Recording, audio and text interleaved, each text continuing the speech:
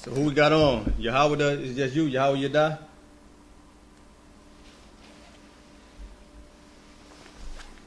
Yahweh Yadah? You the only one on? I believe it's just me right now, you know. Okay, no sweat. No sweat. I sent out a couple of text messages. I hope some more of the brothers on I.S.U.P.K come and call me. The water, no sweat. Alright, we're gonna start right now. Alright, Shalom, Yahweh Shem Yahshua Barakatah to all the brothers. Shalom, Yahweh Shema Alatah Ba'Shem Yahshua to all the sisters. I am priest and officer, 5,000 Jeremiah in the Atlanta camp. You know what I mean? Today we're gonna get straight into it. I mean, today, what is December the 31st?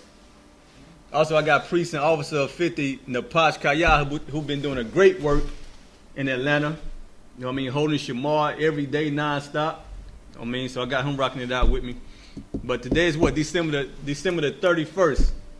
You know what I mean? That means all the black people, all the blacks, Hispanic, Native American, Indian people, what? Is the mic on right here, Napash? This mic. Can you hear me?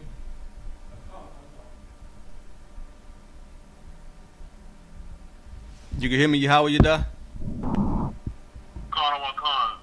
Salaki, if I may. I think we got a young man, Devon, on out of one. Salaki. All right, no sweat. Davon, we got you. You on, Davon? Yes, sir, I am. I got you.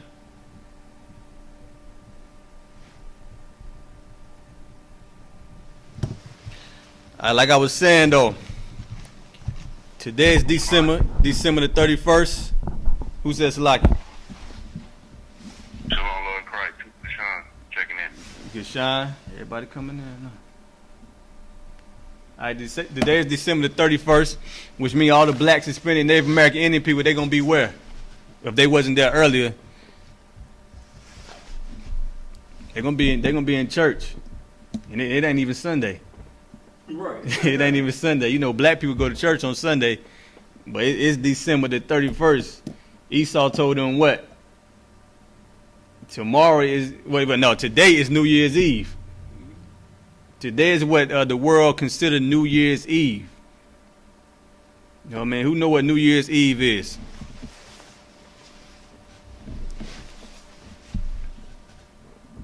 Who know what New Year's Eve represents? Pull that article up. Go ahead. To the heathen, it represents bringing in a new year, you know what I'm saying, a new time, in a representation and worship of the God Jah. Right. We're going to get right into it. You're right about that. We're going to get into it. When you get the article, go ahead start reading. Come. That's where we get, matter of fact, go ahead. An ancient Roman religion and myth. In ancient Roman religion and myth. Go ahead. Meaning this dealing with mythology. Go ahead. Janus is the god of beginning. Janus is the god of what? Of beginning. Keep going. Gates. Transition. It said Janus is the god of beginnings, gates, transitions. Go ahead. Time. Duality. Go ahead. Ways. Go ahead. Passageways. Frames. Go ahead. Ending. So the Roman god of basically beginning and endings. You know what I mean? That's why when black people, what black people say, what they saying right now? What you seeing on social media? I know when I look online, I see black people doing what? You know, 2020 was a rough year, but 2021 is gonna be a good one, Lord willing. You know what I mean? They saying 2020 was a rough year. COVID-19 hit, everybody dying. You know what I mean? Kobe and King Von and everybody. 2021 gonna be a good year for us. You know what I mean? What they don't know is they don't understand the Lord, man. They don't understand. The scriptures say what? Hey, Yahweh, you got your sword with you? Come on. Hey, give me Psalms 47:2 real quick. Like black people, we thinking that, listen, 2021 is going to be a great year for us. Why? Because 2020 was a bad year. You know what I mean? 2020 was a bad year, so the year 2021, man, the Lord going to bless us, man. The Lord going to stop all these diseases. He going to take the plague away from America. And meanwhile, they don't understand the Most High hates Babylon, the daughter of Babylon, man. The Most High hates America. But you won't understand it if you're a Christian. If you're a Christian, you believe that your New Year's resolution is whatever you start. Like if you start going to church, you believe you're going to end going to church. If you start like Jim Muhammad always say, you start, you're gonna lose. You think you're gonna lose weight. You think you're gonna lose weight. I was say you weigh 300 pounds. You think you're gonna go down like 225 to 200 pounds because that's how you started. You know what I mean? Go ahead. What they say on New Year's Eve, I'm gonna start smoking and all that. Right. I'm gonna go to the gym. Right. About 3 weeks later, be on the couch getting high. Right. You talking about you gonna stop smoking? Like Napaja said, you gonna stop smoking, and tomorrow you getting high, nigga. Like you smoking on the cancer sticks tonight. It's just a lie, man. How will you die? You got it? Con. Go ahead and read it. This is the book of Psalms, chapter 47, verse 2. For the Lord Most High is terrible. It said the Lord. He is It said the Lord Most High is what? terrible. The Most High is terrible, man. Keep going. He is a great king over all the earth. Is that it? Con for verse 2. Right. That's it. It said he is a great king over all the earth. It said the Most High is terrible, man. What did that mean? That means the Most High is a terrible power, man. The Most High is a terrible power. Give me, Yahweh, give me Psalm 66 and 3. It's the precept. He said the Most High is a terrible power. So you thinking that your New Year's resolution is about to be amazing. You don't know what the Lord got stored for America, man. And I can tell you, it's nothing great. What you doing? Con. Twa? You got it? Give me Psalm 66 and 3. Con. This is the book of Psalms, chapter 66, verse 3. Everything working? Say unto the Most High, how terrible art thou in thy works. It still should be Twa. It still should be Twa. Just make sure it's live. Go back there and make sure the live button on the computer. Just make sure you see it's still live. Unless you did that. Go ahead and plug that up. Hold on, Yahweh, you die. You disconnected or something? Okay, you gotta hurry up, find that out. And then you're gonna have to stand over there on the other side. Go ahead and link it back up. Yahweh, you die. Check to see if we still live.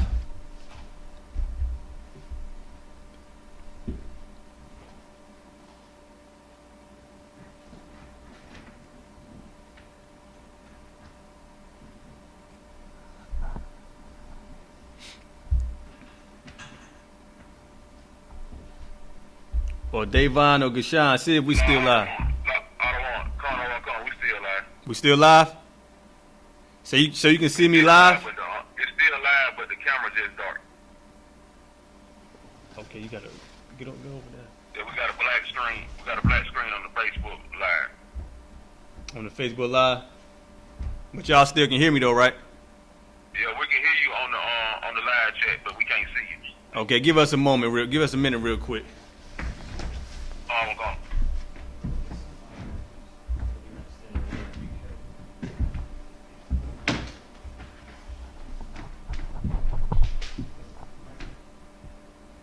Right there, hook up to the camera. Give me that piece.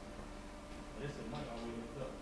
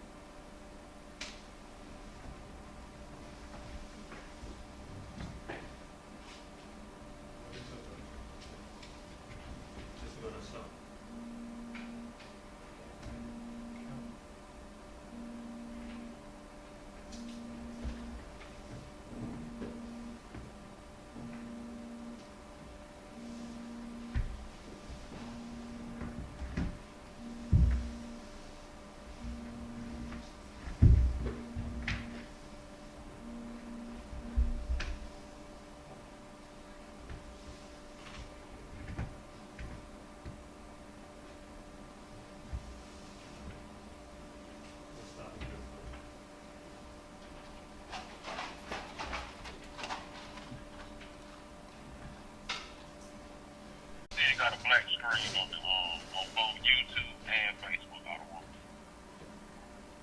And the Posh, can you see us on the can you see us on screen right now? Oh, it's live right now. He's saying it's live right now. Check it again. It just came up. It's Okay, okay. Give me Genesis. Talk about that.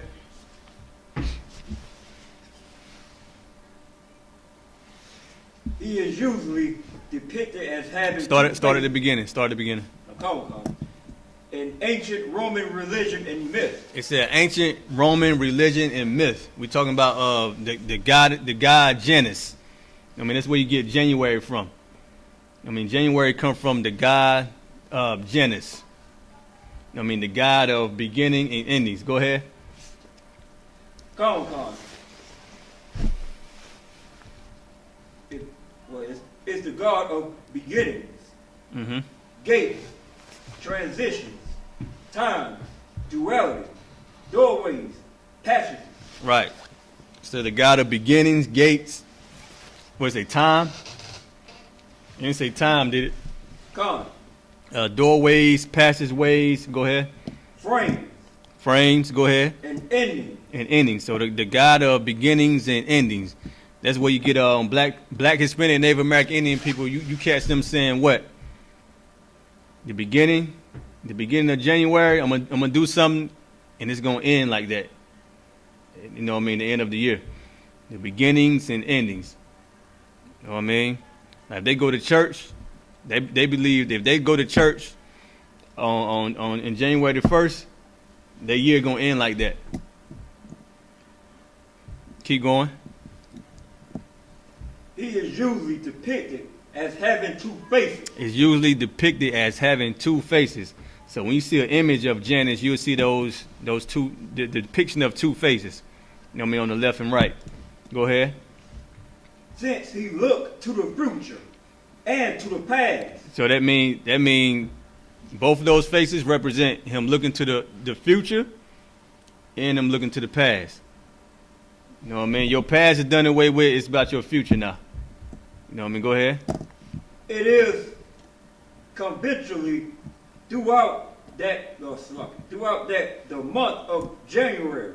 And that's part of your New Year's resolution. You about to see black people posting it online, in Facebook, in Instagram, all the social media accounts. You about to see black and Hispanic people posting it online.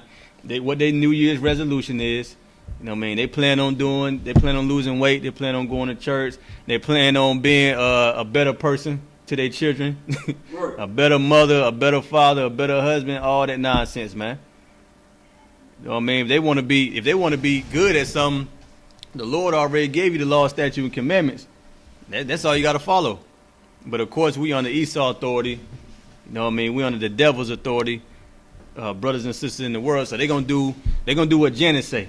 You know what I mean? They under Janus watch. Janus say your New Year's resolution should be this or that. They gonna follow what Janus say. You know what I mean? They ain't gonna serve the Lord. This just another pagan holiday that the Lord disapproves of, man. That the Lord didn't give Israel. You know what I mean? In the book of Genesis, in the book of Exodus, etc. It's just another day that the Lord hates, man. It's no different than Christmas, Thanksgiving, Valentine's Day, all them pagan holidays, man. It's no different. Go ahead. It is pretty much it. Convention throughout the month of January is named for Janus, but according to ancient Roman farmers' analysis, Juno was the tutelary deity of the month. You say what? Spell that? You say Jano. Juno. Juno. Go ahead. Read that part again. But according to ancient Roman farmers, Mm-hmm.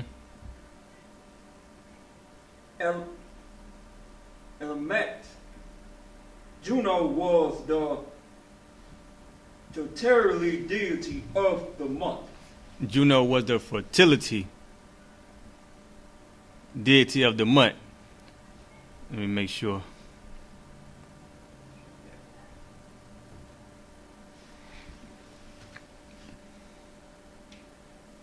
I see where you at. It said Juno was the tutelary deity of the month. A tutelary is a deity or spirit who is a guardian, patron, or protector of a particular place, geographic feature, person, lineage, nation, culture, or occupation. No, man, that's what that means. So skip down and give me the other paragraph. Concord. Janus preside over the beginning and ending of conflict. It said Janus presided over the beginning and ending of conflict. Go ahead. And hence war and peace. And hence war and peace. Go ahead. The gates of a building in Rome named after him, not a temple, as it is often called, but a open enclosure with gates at each end. It said Janus presided over the beginning and ending of conflict, and hence war and peace. The gates of a building in Rome named after him. So this was the name of a Roman gate, of Rome gates. And it said, as it is often called, but an open enclosure with gates at each end, were open in time of war and closed to mark the arrival of peace. So in time of war, the gates were open, and it was closed when peace came, which did not happen very often.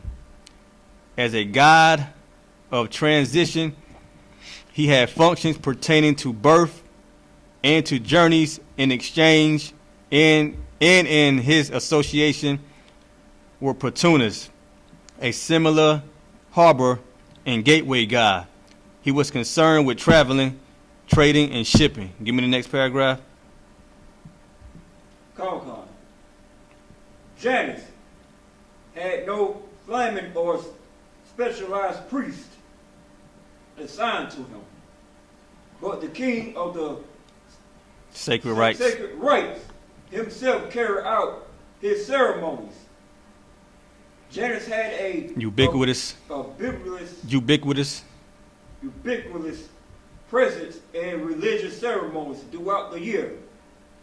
As such, Janus was ritually invoked at the beginning of each ceremony, regardless of the main deity honored on any particular occasion. Ubiquitous, like they well known, worldly known. You know what I mean? It was that much of it was that big. Ubiquitous presence. I mean, his presence was known all throughout in religious ceremonies. So basically, this is why your grandmama, and your mama and your daddy got a New Year's resolution, because they worshiping this false god called Janus. You know what I mean? So when you start seeing black people on social media, or when you encounter a black person, like before I came here, I seen a brother. He talking about Happy New Year's. I was like, what's going on? You know what I mean? I do not celebrate it. It's something in me. I just can't even act like I celebrate it, man. I just gave him a record. What's going on, man? I can't say it, man. I feel like I'm betraying the Lord. I can't do it. I mean, so you're gonna have black people saying that Happy New Year's and all that garbage, man. It's just them celebrating another pagan holiday that the Lord hates, man. Matter of fact, give me Yahweh you die. You got the Apocrypha?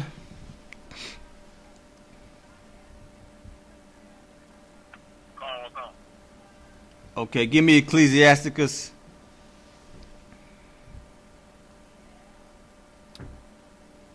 Matter of fact, yeah, give me Ecclesiasticus and give me do I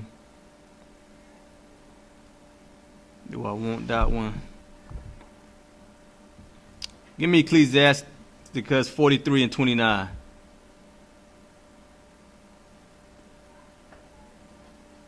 Do I want that? Let me see.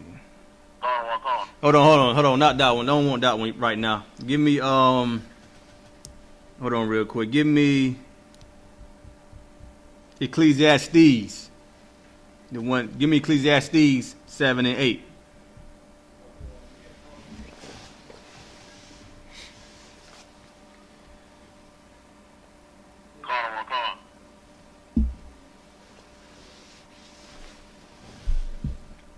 When you got to go ahead and read it. Napash. Come on. This the book of Ecclesiastes, chapter 7, verse 8. Better is the end of a thing than the beginning thereof. And the patient in spirit is better than the proud in spirit. It said better is the beginning. No, it's like it said better is the ending thereof than the beginning. Read that first line again. Solomon Khan, the book of Ecclesiastes, chapter 7, verse 8. Better is the end of a thing than the beginning thereof. Better is the end of a thing than the beginning thereof. So everybody talking about what they're going to do in the beginning. The scriptures say better is the end of the thing than the beginning thereof, man. So you talking about what you going to do January the 1st. Some of y'all December the 31st, New Year's Eve. No, man, you talking about what you going to do tomorrow. The Lord said better is the end thereof than the beginning, man. It's better in the end than the beginning. But you worry about what you about to do in the beginning. 'Cause listen, the Lord know that you lying, man. The Lord know you lying. You ain't about to finish how you started, basically. Right. You're not about to finish how you started because you a liar. You ain't about to do nothing. Whatever black people do tomorrow, that's not how they gonna finish. So you're gonna have a lot of people fronting, acting like they gonna be nice the whole year. They gonna learn how to talk to people. You should have been doing that. You know what I mean? Yeah, Christians mean what? Followers of Christ. If you're doing what Christ did, you should know how to be a brother and a sister, right? You should know how to deal with a brother and a sister. You should know how to follow these laws, statutes, and commandments written in the Bible. So it's ridiculous that a Christian or black people in the world every year they got a different reason why they got to be better. Give me the scripture that said the Lord said, "Be perfect." Give me that scripture real quick.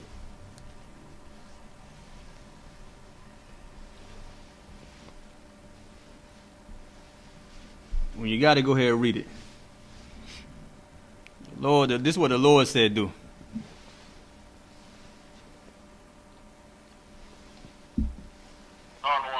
This is the book of Matthew, chapter 5, verse 48. Be ye therefore perfect, even as your Father which is in heaven is perfect. I know that's not a lot of people New Year's resolution being perfect. If you got a New Year's resolution, you shouldn't have one because you worshiping a false god. But the Lord said, "Be ye therefore perfect, as He is perfect in heaven." You want a resolution? Be perfect, man. That way you ain't gotta wait till December 31st, New Year's Eve, to lie again, man. Because to lie is a sin also. You know what I mean? You about to commit more sins than you ever committed on earth, man. Black women about to be more whores, more on the stripper pole. Black men about to be selling more drugs. You know what I mean? Rap about gang violence and shooting one another. They ain't gonna stop that. How you know they ain't gonna stop being evil and sinning against the Most High? How do we know that? Based off everything we just talked about. How do we know that black and Hispanic and Native American Indian people is not gonna stop being wicked and evil and transgressing the law of the Most High?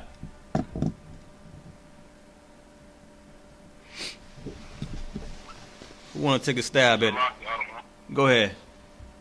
The reason you know they ain't gonna do it is because of the example they gave this year. They did the same thing they did this year, last year. You know what I'm saying? They said That's they true. were gonna do this in the third year, but they ended up the year doing something else. That's true. They ain't what I'm looking for, but that's true. They did the same thing last year, which means they lied the year before last year. You know what I mean? Who else? How do we know that black and Hispanic gonna do the same thing? I'm gonna go ahead and tell you. Because of the God they worshiping, man. Right. It's the power. It's who they worshiping. If they serving Janus, and the Lord is against Janus, then they're against the Most High. If they doing what Janus want them to do, if they worrying about, you know what I mean, the new interest, the new entering in the beginning and the ending, you know what I mean, I'm gonna do this. I'm gonna start this in January the 1st, and December the 31st is gonna be just like January the 1st. If you got people telling you their New Year's resolution, they hate the Most High. I mean, they're gonna be the same people who wait on February. Hell, before February, they're gonna be the same people in January celebrating the Martin Luther King birthday. And then February comes, it's gonna be what? The Black History Month, Right. Valentine's Day. All them holidays. It's gonna be Veterans Day. It's gonna be Easter. It's gonna be April Fools. It's gonna be what's in June, July. One of the Easter holidays. All the way back up to Halloween, Thanksgiving, and Christmas. It's gonna be the same thing, man. Keep going.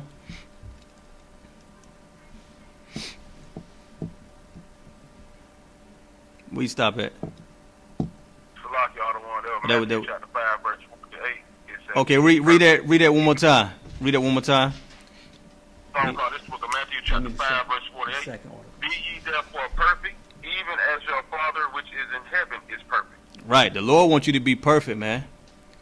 If you decide to be perfect, you know what I mean, to the Most High. What's being perfect to the Most High? You obeying His commands. You doing what He say do. That's how you be perfect to the Most High. The Most High said Job was a perfect man. So all you gotta do is obey the Lord's law, statute, and commandments, man. That's how you be perfect to the Most High. You know what I mean? Perfect is not, floating in the sky or whatever your Christian pastor taught you since you was a child, man. That's not being perfect. Perfect is doing what the Lord said do. And as we can see, you got a New Year's resolution. You're not perfect, man. You know you're not perfect because you fighting to do better every year. Now how you fighting? How you struggling to be perfect and to do right every year? But you saved, Christian. You saved by God, but you fighting to do right by God.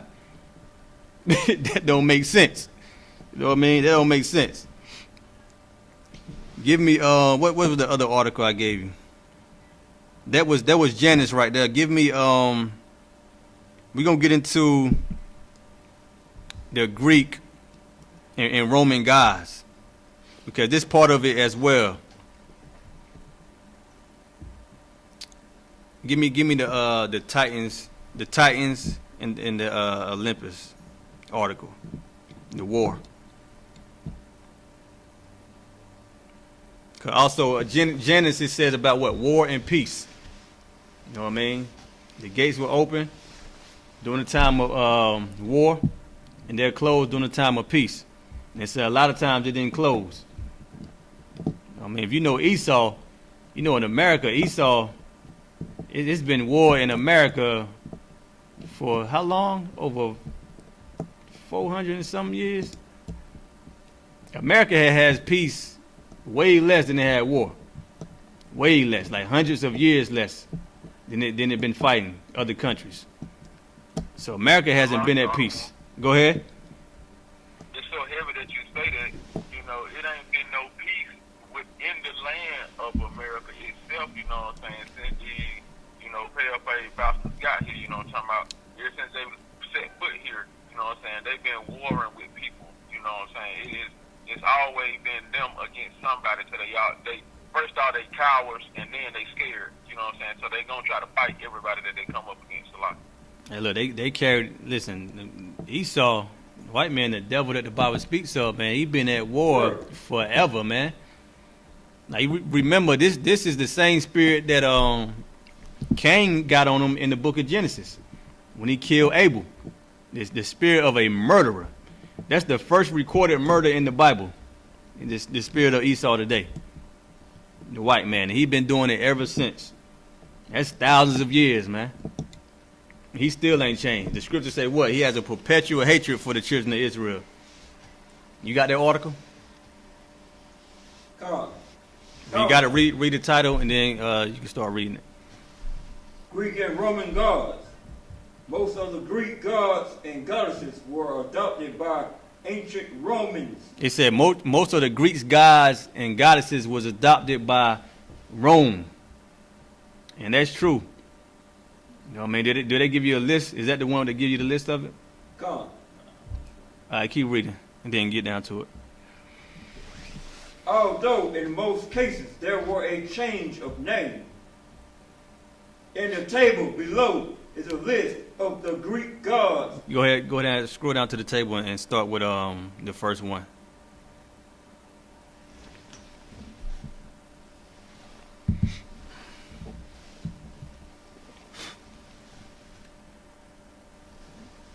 Okay. Zeus, Greek god of the sky and kings of the gods. Go ahead. Zeus was the first of the gods and a very imposing figure, often referred to as the father of the gods and men.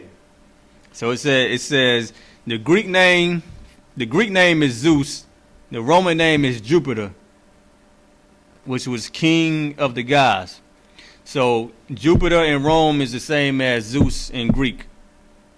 And then you got Juno, which is the Roman name of the god, and Hera is the Greek name.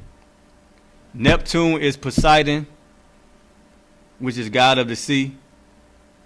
Juno is Hera, which is goddess of marriage. Saturn is the same as Cronus, which is the youngest son of Uranus, father of Zeus. Venus is Aphrodite, goddess of love. Pluto is Hades, god of the underworld. Vulcan and Hephaestus, god of the forge. And then you got Demeter, Ceres, goddess of the harvest. Apollo is the same as Apollo, god of music and medicine. Minerva is the same as Athena, goddess of wisdom. Diana, Artemis, goddess of the hunt. Mars is the same as Ares, god of war. Mercury and Hermes is the same, messenger of the gods.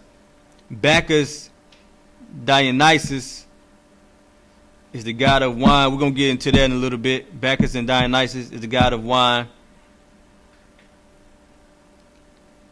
Proserpine is Persephone, goddess of the underworld. I don't know if I'm saying these right, but you know. Cupid and Eros, god of love. Terra, Gaia, goddess of earth. And you can look them up, you know what I mean? You can look them up. I gotta go online and look them all up. But these are all false gods, man. These are all false gods. Give me the other. Give me the war. I think that was what, number 3. Give me the war between the Olympus and the Titans. Come. The wars between the Titans and Olympians. Yahweh, you die real quick. Give me Mark chapter 7, verse 7. Go ahead, Napash. The Titan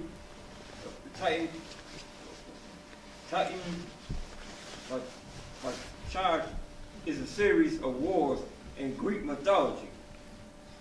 These wars took place. Titanomachy. Titanomachy. Go ahead. The wars between the Titans and the Olympians. Go ahead. These wars took place in. Where you starting at? I started at the Titanomachy of. Is a series of wars in Greek mythology. Go ahead. The wars took place in Thessaly. And were also called the War of the Titans. Go ahead. The battle of the Titans. The battle of the gods, or just the Titan War.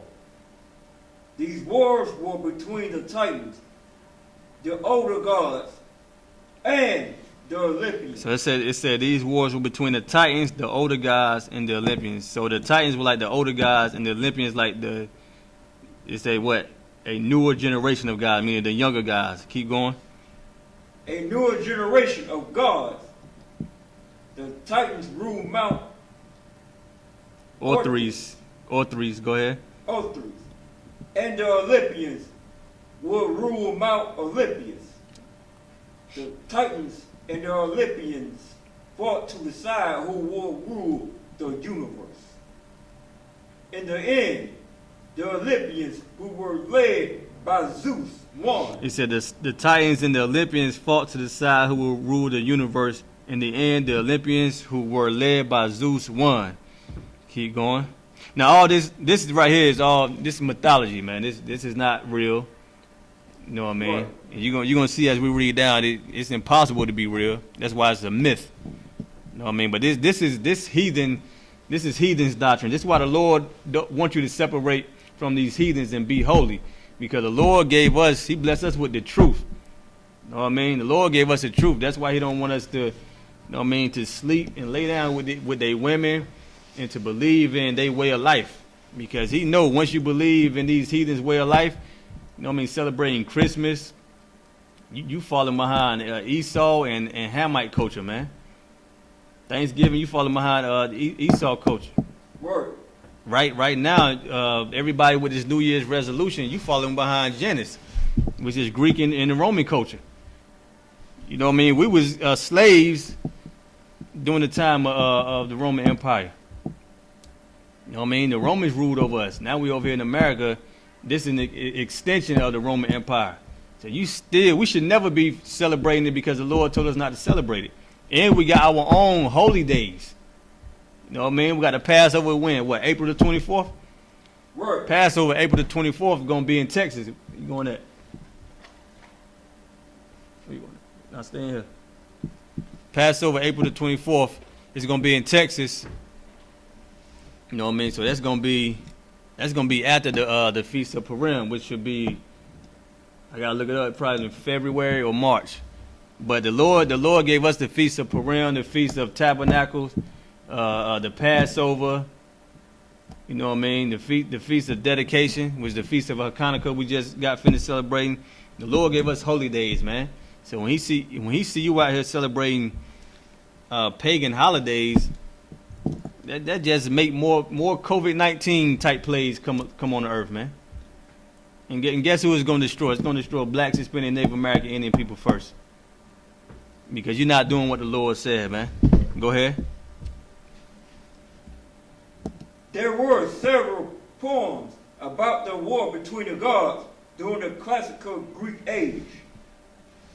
Only one poem has survived. It's called the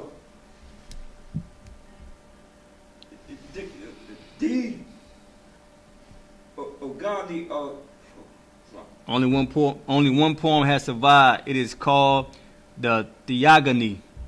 Theogony. And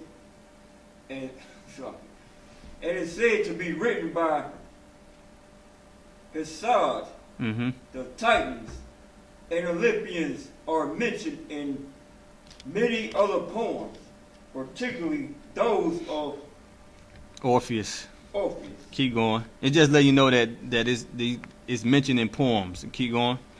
Before the war started, the Titans were in power, and Uranus was in charge of the universe. It said before the war started, the Titans were in power and Uranus was in charge of the universe. Go ahead. Uranus made his wife, Gia, angry because he locked up some of her children. These children were the Cyclopses and the Hecatoncheires. Hecatoncheires. Go ahead. He locked them up in the Taurus, which was a prison deep below the earth. Gia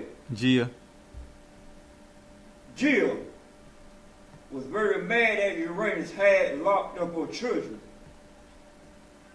So she made them a giant weapon and told them to castrate their father, Cronus. Mm-hmm. was the only child that would do his mother told him. So Cronus and his mother made a plan to overthrow Uranus. Is that it on that? Come, next paragraph. Go ahead. The plan worked, and when Uranus was castrated, his blood fell to earth into the sea. From this blood, several sets of children was born. The Giganites, the Arianites, Arians. the Arians, and the Malay were all made for Uranus, blood that fell to the earth. Aphrodite was born. Aphrodite was born for Uranus, blood that fell into the sea. Keep going. Cronus, with his mother's help, managed to overthrow his father Uranus. But Uranus made a prediction that Cronus would be overthrown by his sons. Because Cronus was afraid of losing the kingdom, he made the same mistakes his father did and turned into a terrible, angry king and did lots of horrible things to stay in power. He put his brothers back into prison and ate his children just to keep them from overthrowing him. But Rhea, his wife, managed to fool Cronus. Get the door real quick. So y'all hearing this myth, man. You see why the Lord told us not to envy them and learn none of their ways? Because you reading this and this is ridiculous what we're reading right now. But this is the God that blacks, Hispanic, and Native American Indian people believe in when they celebrate days like New Year's Eve. Who is that? Hey, tell them to come do that. Tell them you reading right now. Come. Tell them you reading right now. You know what I mean? So this just ridiculous. Hey, Yahweh you die. Give me Mark 7:7. This is the book of Mark, chapter 7, verse 7. How be it in vain do they worship me? It said, how be it in vain do they worship me? Meaning, Christ said, how be it in vain do they worship me? Meaning, we claiming we worship the Most High. We worship the Most High in vain. Meaning, we don't worship the Most High. You know what I mean? If you celebrating Christmas and putting presents under the tree in the name of your children because they like it, that ain't what the Lord said do, man. The Lord said, don't bring no Christmas tree in your house. You learn the ways of Nimrod. What are you doing? Who? Tell Picard to come in. Tell Picard to come in real quick.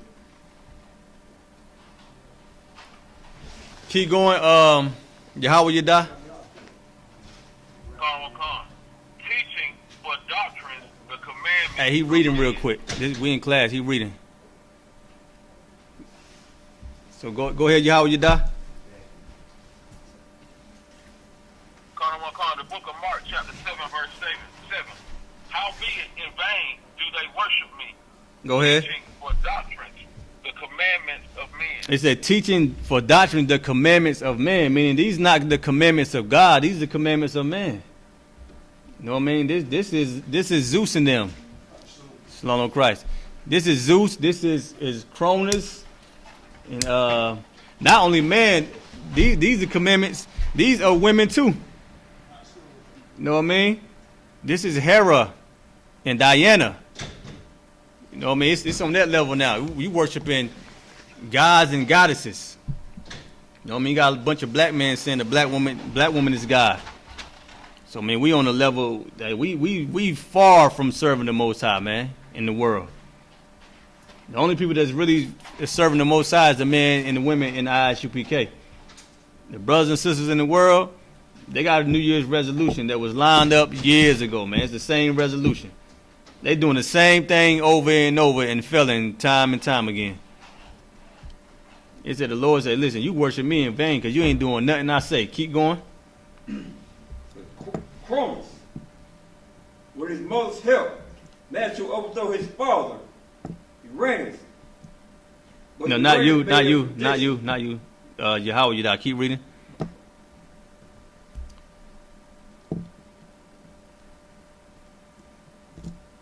Yeah. This is the book of Mark, chapter 7, verse 8. For laying aside the commandment of the Most High, ye hold the tradition of men. How do you lay aside the commandments of the Most High? It just gave you the answer. Go ahead. One way that we look at that, you know, the house of Israel, the nation. You just read it. You just read it. Yeah. They you know, they instead of celebrating the Passover, they'll go and celebrate Easter or celebrate Christmas instead of Hanukkah. You know what I'm saying? Which is what? The tradition of men, right? Damn right. They'll put the Passover to the side. A lot of black people don't know what the Passover is. I mean, they never heard of the Passover. They definitely never heard. If they ain't heard of the Passover, they definitely ain't heard of what? The Feast of Unleavened Bread. Because that's right after the Passover. But they Passover is what? Easter. Easter egg hunting. Painting eggs and getting their children to go find the damn eggs, man.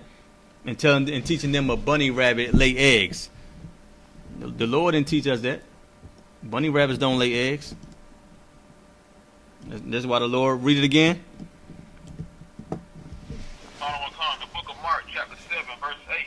For laying aside the commandment of the Most High, ye hold the tradition of men. So you put aside the Passover for New Year's Eve, Christmas Eve, Christmas, Halloween, Thanksgiving, Valentine's Day, Veterans Day, April Fool's Day.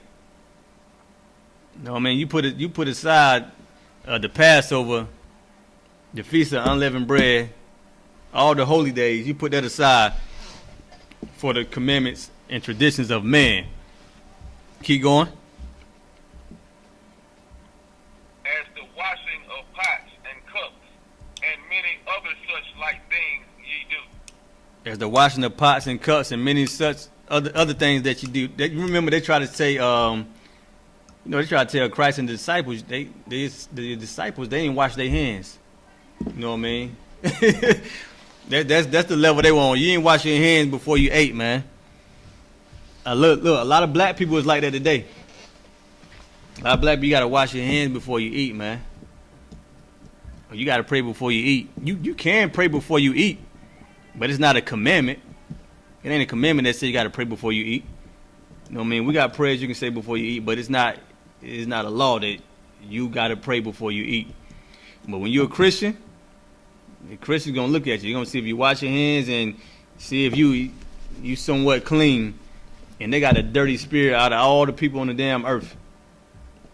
You know what I mean? The same people who believe in abortion is telling you to wash your hands, use hand sanitizer, but they approve of murdering children. You know what I mean? Just look at it, man. They ain't got no problem with murdering newborn babies. They ain't got no problem with taking the life before it is produced on the earth. But they demand you to wash your hands before you eat. Keep going. Verse 9.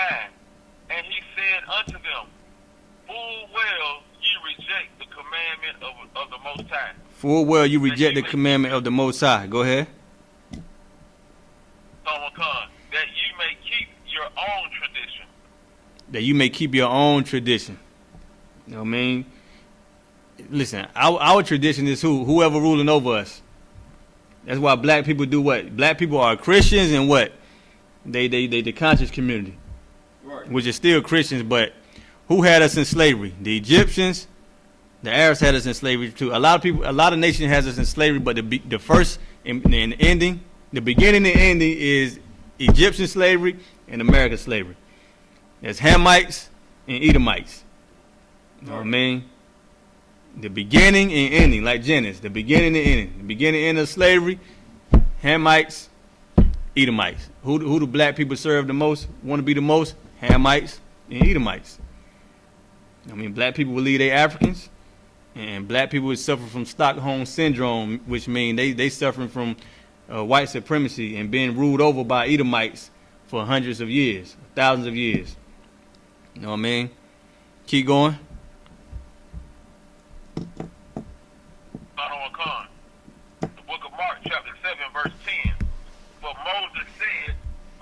thy father and thy mother, and whoso curseth father or mother, let him die the death. Right, you can start right there. You can start right there. You know what I mean? Moses told us to honor our mother and father. You know what I mean? Help your mother and father out. Like they help you out when you was born. You know what I mean? When you get older, your family, your parents are gonna get weak, so you gotta help them out. You know what I mean? But we think it's a gift to do whatever, you know what I mean, and say that the Lord, we think we believe that the Lord is with Christmas and the holidays, man. We said what? December 25th is Christ's birthday. That's what black people believe in the world. We believe that December 25th is approved by God, man. So black people, black women go out there and they buy them presents for their children, and you try teaching the truth, what they gonna say?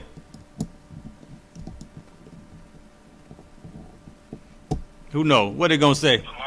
Go ahead. They gonna say this, we doing it for the children. We doing it for the children, man. We doing it for the children. What else do they say they're doing for the children and they lying? Putting the daddy on child support. Right. that ain't to support the child. And that's for their own personal gain. Go ahead. What you just said is so heavy, you know what I'm saying?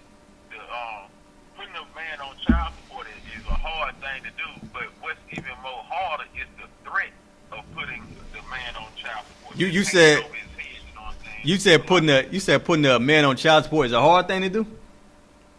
Yes, con out of one con, but even more so, just the threat of it, you know what I'm saying? Just hanging that over a man's head, like I can go and put you on child support. Who is it hard? Right there, who is it hard? Who is it hard to do that to? Is it hard to who? I'm not saying that it's hard out of one. I'm saying it's just as crucial. It's just as heavy. Okay, I'm just making sure. Because you mentally try to destroy him by holding that over his head, saying, you know, I'm gonna put you on child support. I'm gonna put just throwing it at him like that. Right, you saying the burden of it, right? Come. I'm about to say, listen, the woman putting the man on child support, that is not hard for the woman, man. The black woman putting the black man on child support, that ain't hard for the black woman to do. That's one of the easiest. It's easy as having an abortion. You know what I mean? It's easy as following the white man's tradition and his command. That's how easy it is. It's easy as Eve being beguiled in the garden. That's how easy it is. You know what I mean? But give me, you can start right there. Give me, I want to get into Bacchus. Give me Bacchus and Dionysus. Real quick. We're going to do that real quick. Did I send you an article about that one? Number 3. You ain't got into number 3 yet? No. Let me see what that one is. No. Yeah, you did that one.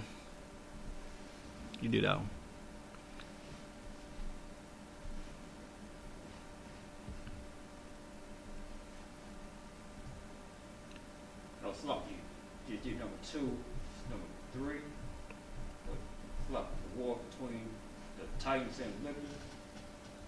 Yeah, we did that one. Give me I'm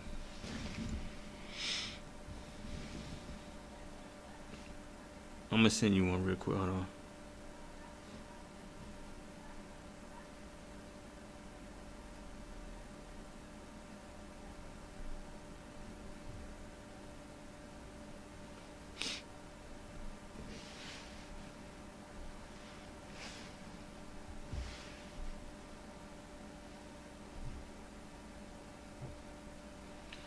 The one I just sent you, click on that one.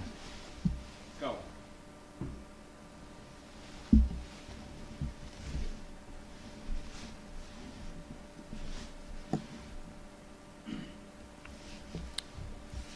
You got it? Should say, when you click on it, it should say Dionysus.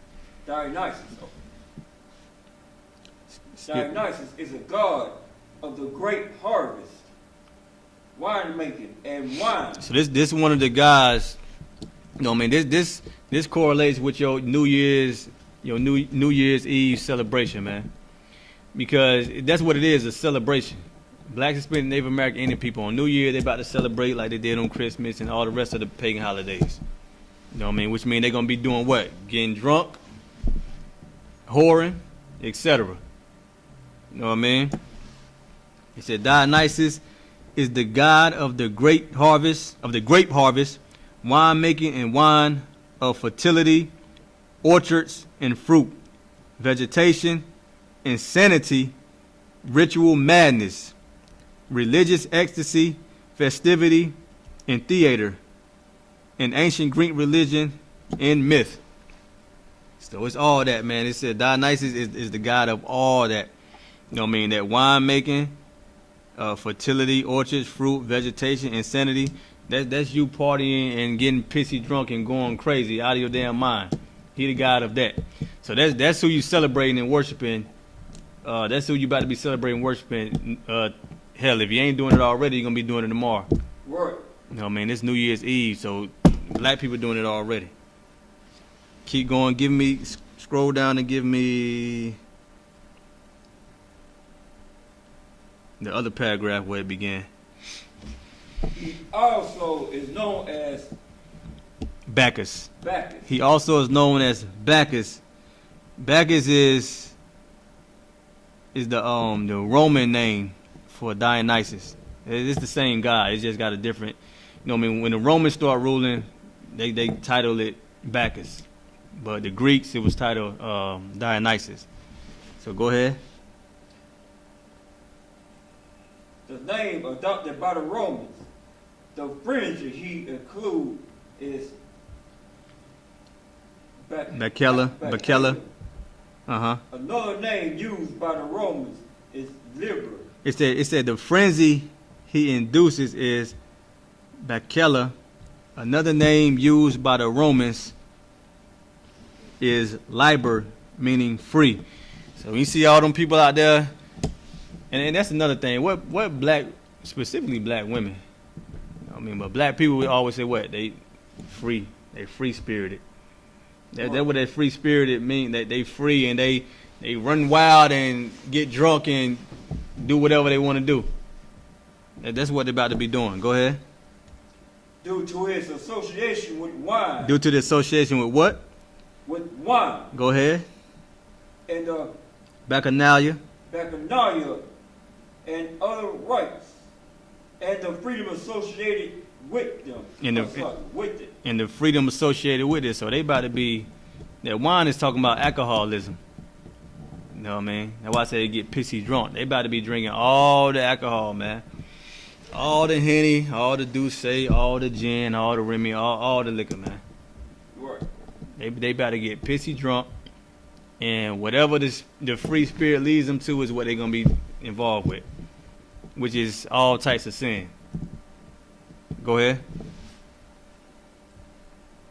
Yes. Thyrosis. Sometimes winded with ivy and dripping with honey. Is that the thyrosis? That's supposed to be like a crown. Let me see. It say. No. It said it was a wine or staff of giant fennel, covered with ivy, vines, and leaves. So it's like a staff. Keep going. It's both a benefit, one, and a weapon used to destroy those who oppose his cult and the freedoms he represents. Go ahead. It's Eleutherios. Eleutherios, the liberator.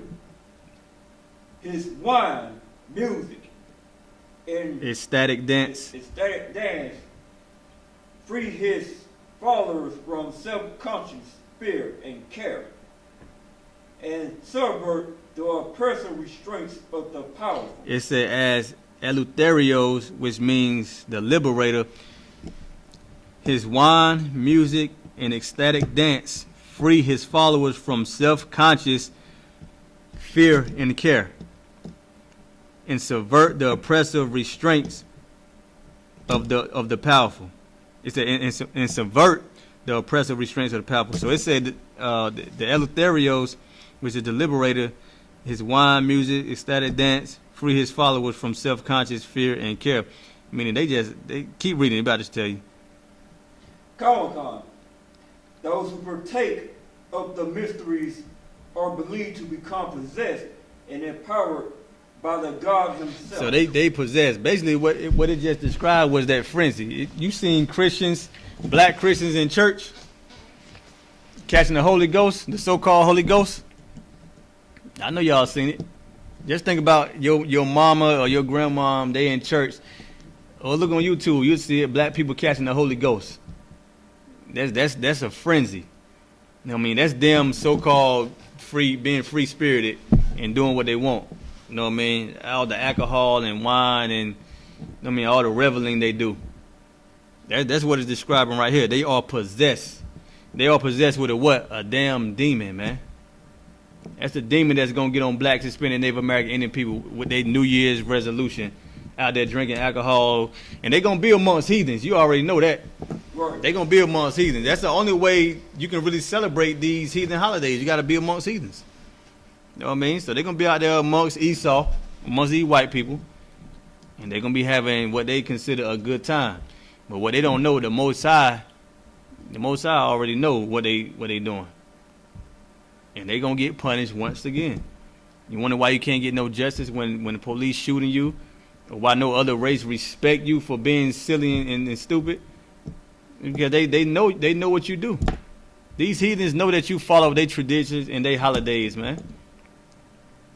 And the ones in power, they know that if you do what they say, the Lord is going to be against you. You know what I mean? They know if we do what the Lord say do, the Lord going to be an adversary to our adversary and an enemy to our enemy.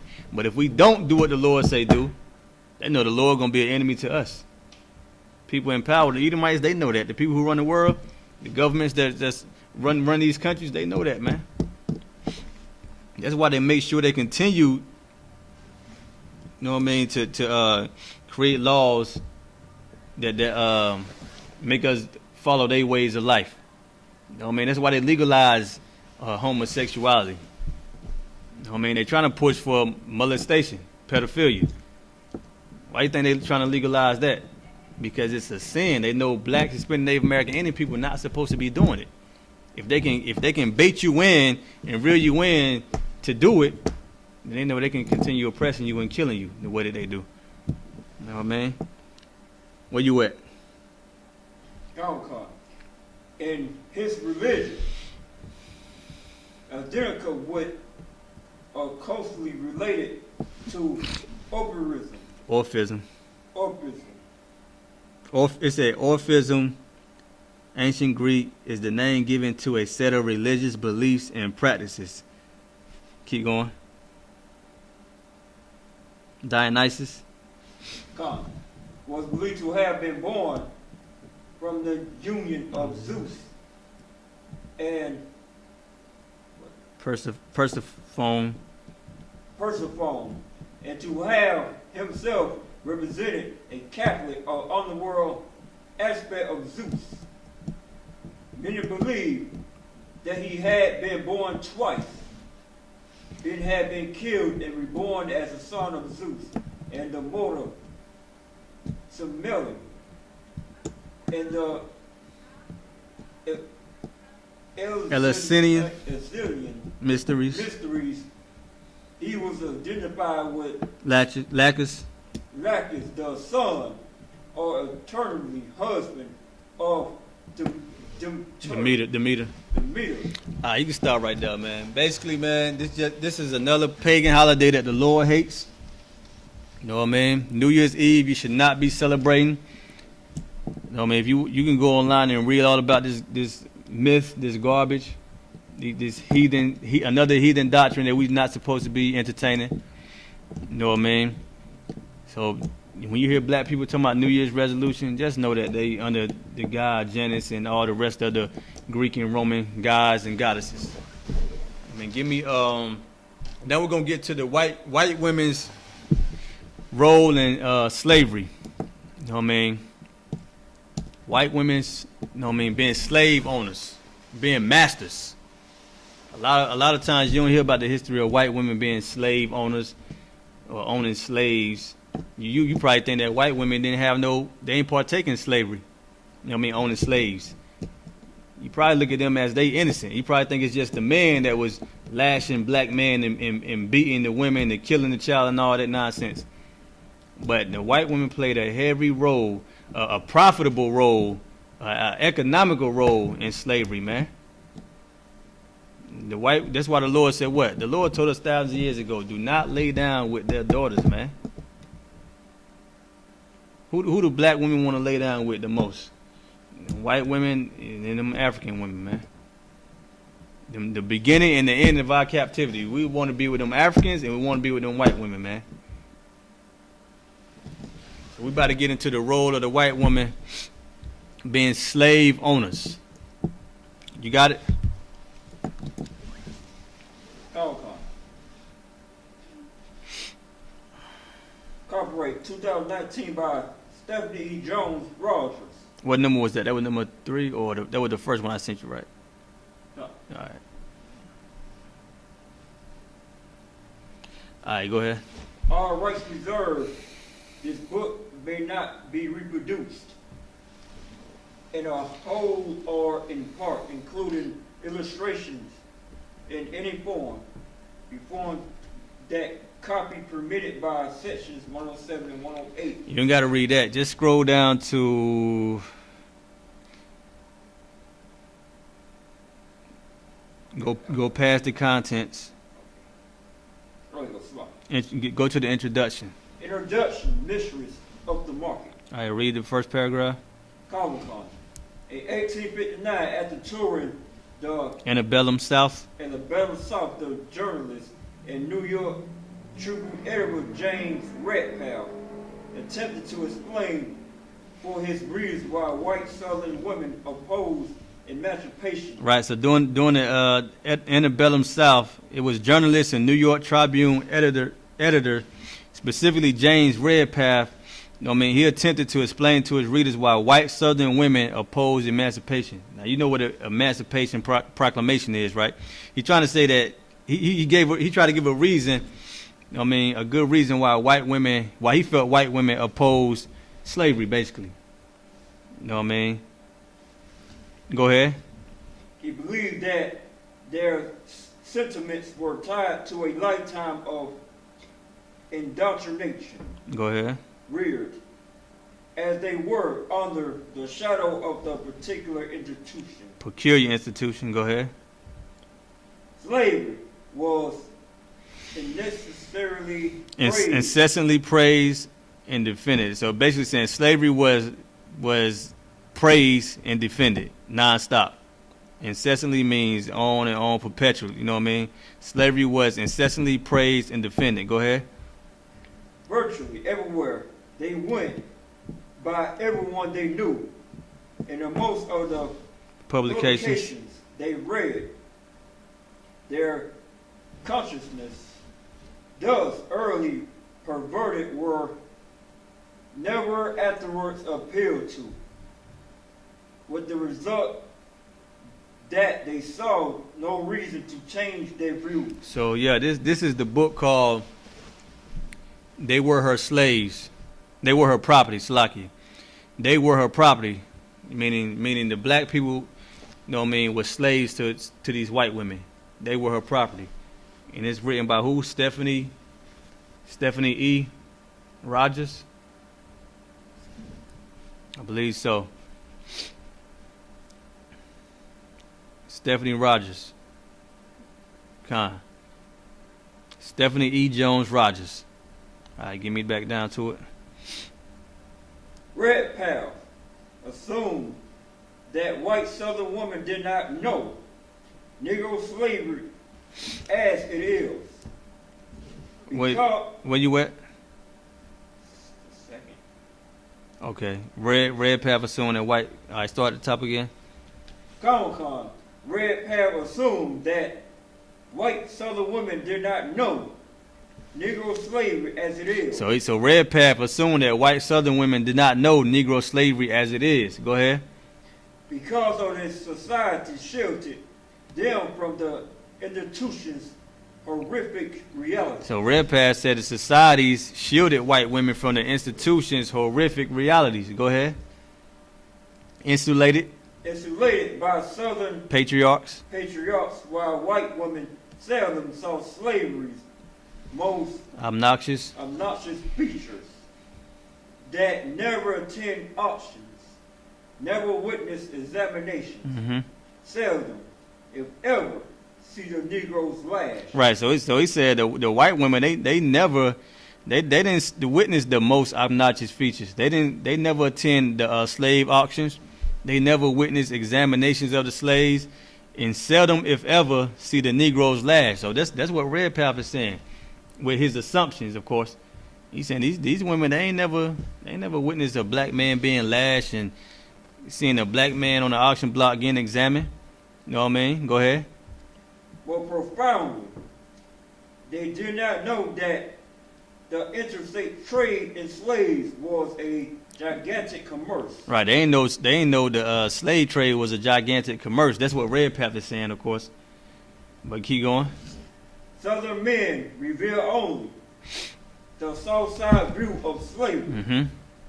And if the woman of the South knew slavery as it is, he was convinced they would join the protest against it. And now listen, he said, Southern men reveal only the South Side view of slavery. And if the women of the South knew slavery as it is, he was convinced they would join in the protest against it. Now that's a lie. He trying to say that the white women would join to stop slavery. We about to prove that that's a lie. Keep reading. The paragraph directly after it. Scroll back up. Go to the one directly after it, then I'm gonna have you scroll down. Go. He trying to say that the white women they ain't know nothing about nothing. They was shielded from, the horrific realities of what went on with slaves. You know what I mean? Go ahead. Red Path's assumptions represented a commonly held Patriarchal. patriarchal view. So it said Red Path's assumption, everything that he assumed represented a commonly held patriarchal view, meaning that's what people commonly say. People commonly view white women as not having, they ain't partaking in slavery like that. You know what I mean? White women, they innocent. You know what I mean? Keep going. Yet narrative sources, legal and financial documents, and military and government correspondence make it clear that the Southern women knew the most. White Southern women. Make sure you say that. Yet narrative sources, legal and financial documents, and military and government correspondence made it clear that the white Southern women knew the most obnoxious feature of slavery all too well. It said, yet narrative sources, meaning they did an interview of the former slaves. They did this way back in 1935. And that's what the narrative sources is talking about. It said, yet narrative sources, legal and financial documents, and the military and government correspondence make it clear that white Southern women knew the most obnoxious features of slavery all too well. I mean, they knew exactly what was going on. They knew all about slavery. They knew all about the gigantic commerce, slave trade, the examination of slaves, all that. Keep going. Slave-owning women not only witnessed the most brutal features of slavery, they took part in them, profited from them, profited from them, and defended them. Right, they defended them. It's the slave-owning women not only witnessed the most brutal features of slavery, they took part in them, profited from them, and defended them. So a lot of people be thinking that it was just white man. Listen, the white woman is his counterpart, is his helpmeet. You know what I mean? His helpmeet in wickedness. You thinking the white man was bad? Listen, look at his woman. Don't forget about Margaret Sanger. You know what I mean? We talked about her, 2 weeks ago? Margaret Sanger. God. She ain't want word to go out that she's trying to exterminate the Negro population. The Negro Project. The eugenics program. AKA, what they call The abortion, man. Go ahead. Oh, it called Planned Parenthood. Planned Parenthood. The Negro Project, a.k.a. Planned Parenthood. Go ahead. If I may, in 1966, the very first Margaret Sanger Award was given to Martin Luther King Jr. Salam. Hey, listen. And that's why the Lord dealt with him the way he dealt with him, man. No, man, everybody know, if they don't know, MLK was a sellout. The brother Yahanna just said 1966, an award was given to him. A Margaret Sanger Award was given to Martin Luther King. So that lets you know his position over black people and how he felt about black, Hispanic, Native American, Indian people. Specifically black people, African American people. But we know it trickled down to the Hispanic and Native American Indians as well. But it say these white women, these slave-owning white women, they witnessed the brutal, horrific realities amongst the enslaved, and they partook in them, and they profited from it. We gonna listen when I get the pot to scroll down and we get into it. You can be like, good night, man. You know what I mean? Martha Gibbs. All right, in the pot. Now go down to what I told you earlier. Go past those two pictures, and it's be like the 19 one down.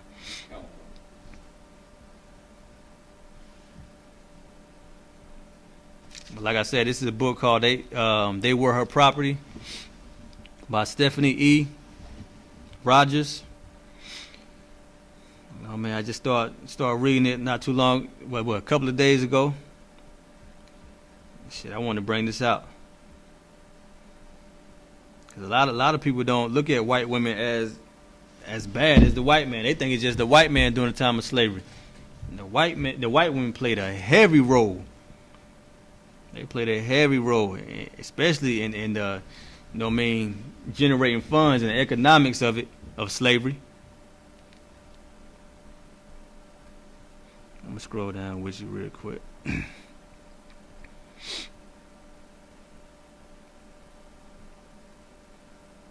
You got the sheet of paper I gave you? Come. You remember which one I told you? The FWP?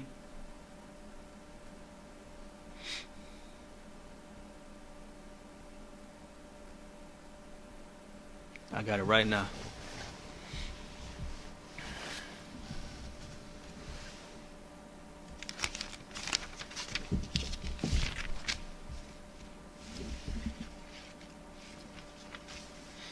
You got it.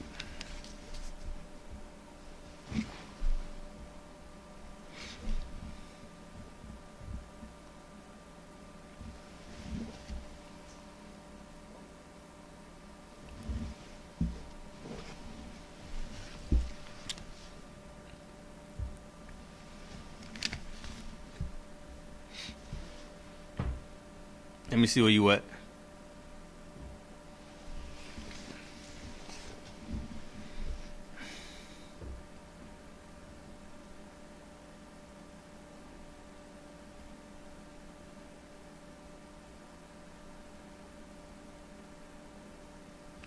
You still at the mentions part. Go ahead and read, use my phone real quick.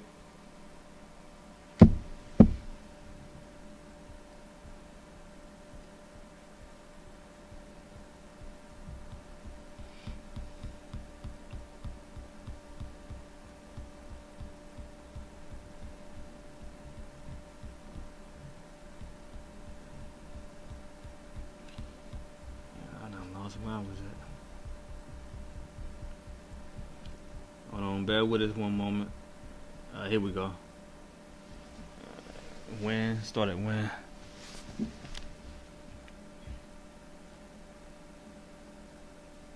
When FWP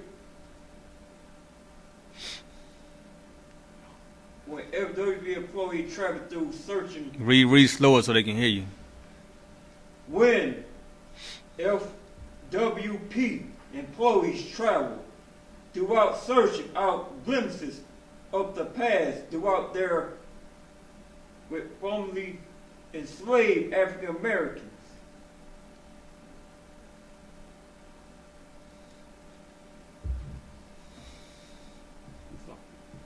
Where you at?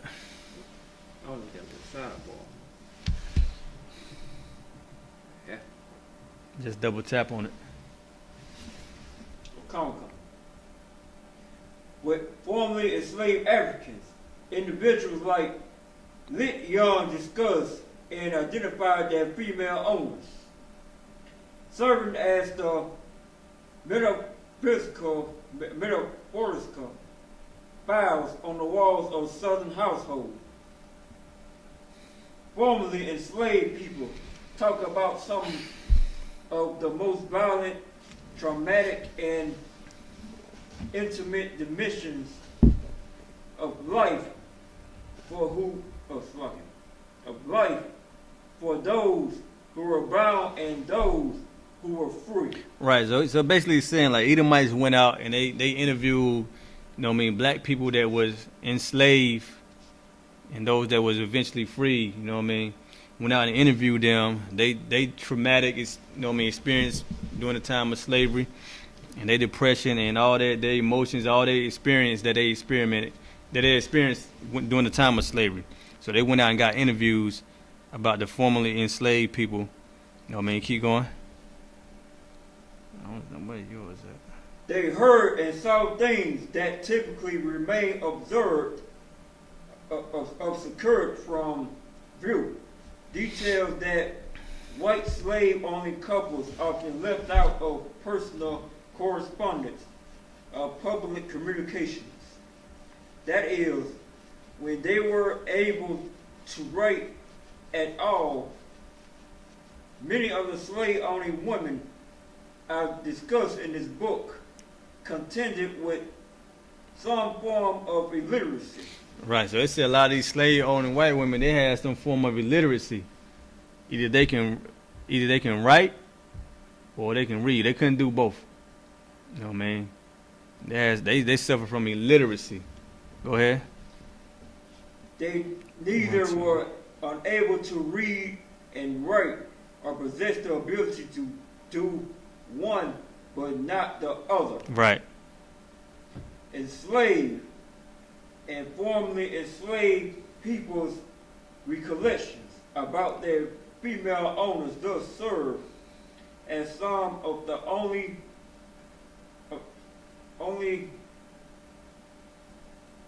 archival records about these women to survive. The nature of slavery, but all guaranteed that formerly enslaved people would regulate many times be complied to work in different regions of the South and possibly cultivate different crops in different climates over the course of their lives. The government employees who interviewed them worked from a questionnaire that did not include any questions about whether and how their experiences of enslavement changed as they move across the South. While some formerly enslaved people did offer details of strip, others simplified close of slugging. Of strip, others simplified chose to answer the questions posed. Some historians caution scholars against relying upon the testimony of formerly enslaved people gathered in the mid-20th century.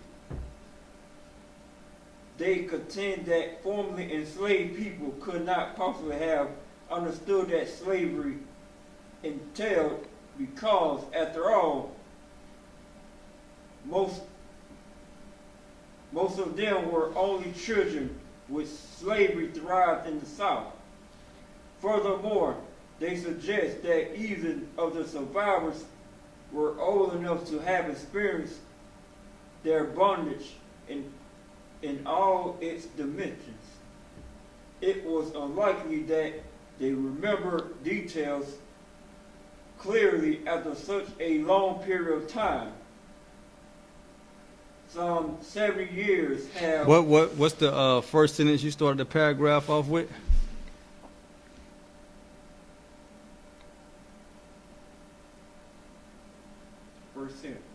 in different regions of the South and possibly cultivate different crops. Hold on, let me see.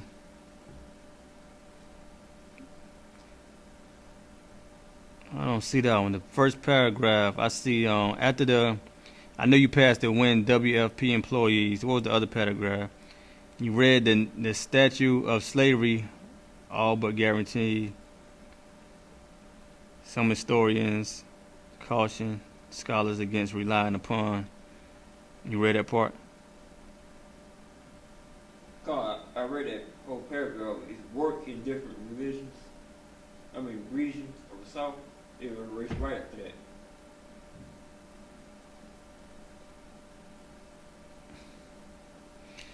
That ain't where it started. Come, let me see. Let me show you what.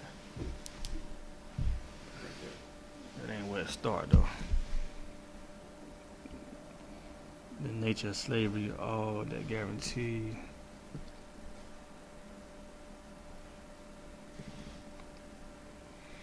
Alright, this is where you were right here. Right there. The nature of slavery. That's the last sentence down there.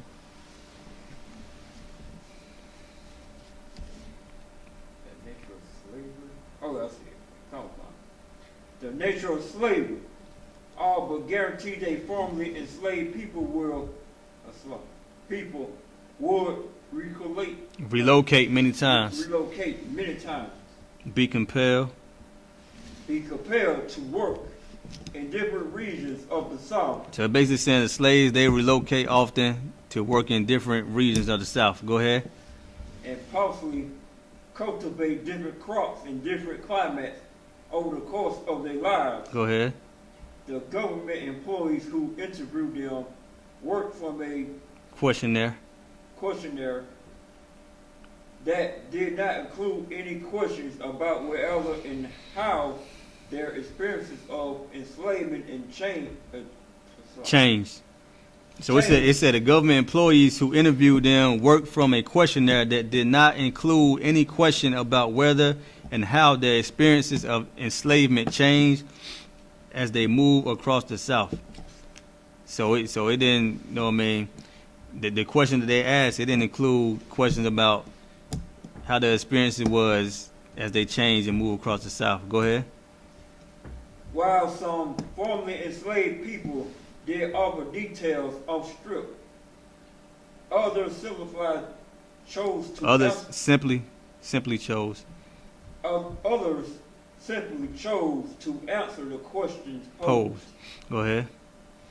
Meaning some of the slaves, they didn't care. You know what I mean? They answered the questions that was posed. But some of them, you know what I mean? Some of them cared, some of them didn't. You know what I mean? Go ahead. Some historians caution scholars against relying upon the testimonies of formerly enslaved people gathered in the mid-20th century. Go ahead.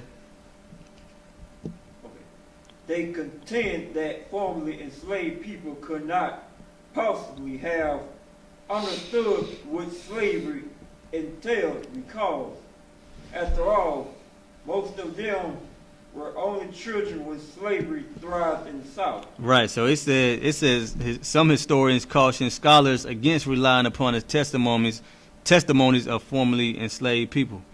You know what I mean? So it's saying that historians. They caution the scholars, meaning the historians. They told the scholars, you know what I mean, the testimonies that the slaves gave.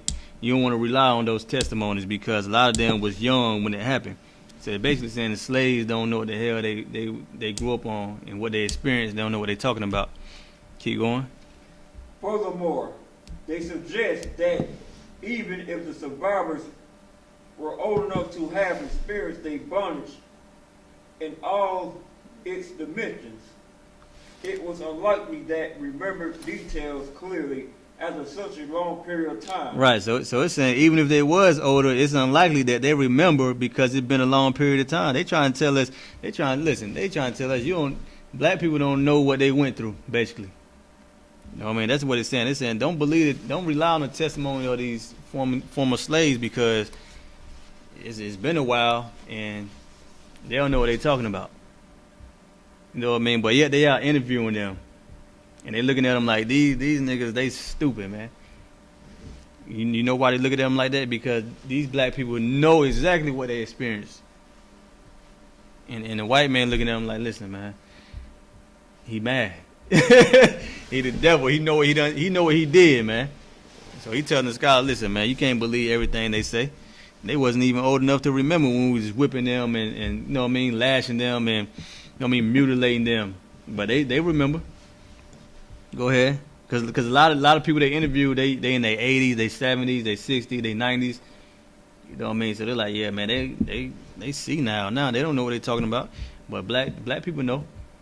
You don't know if they wrote certain things down as they was doing it to them. They don't know that. You don't know the spirit of that person. You know what I mean? But that's the spirit of the devil. He telling you he want to interview you, but he's like, don't believe them. They don't know what they're talking about. Keep going. So 70 years had interviewed between emancipation and the interviews. Right, it said 70 years between emancipation and the interview. So they like, it's been 70 years between the emancipation and the interview. So you don't want to believe what they're saying. Keep going. Moreover, most of the interviewers were Southern whites. Right, most of the interviewers were Southern whites, white people. Go ahead. Many, the descendants of slave owners, and in the face of such people formerly enslaved interviewees, probably felt intimidated and confused, and were less likely to offer candid accounts of what they endured in bondage, or the people who kept them enslaved. Right, it's saying like they saying, listen, the interviewees probably felt intimidated and confused, and were less likely to offer candid accounts of what they endured in bondage.